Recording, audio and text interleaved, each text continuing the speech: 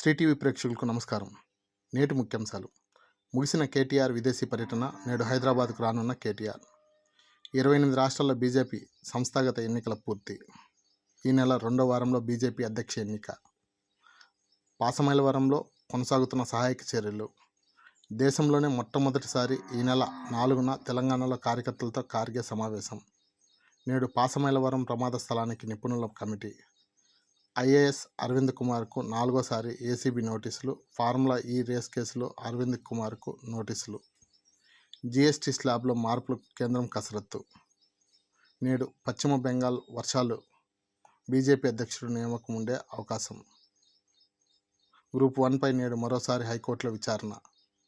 నేటితో AP liquor scam కేసులో ముగియనున్న Chevireddy Venkatesh SIT custody.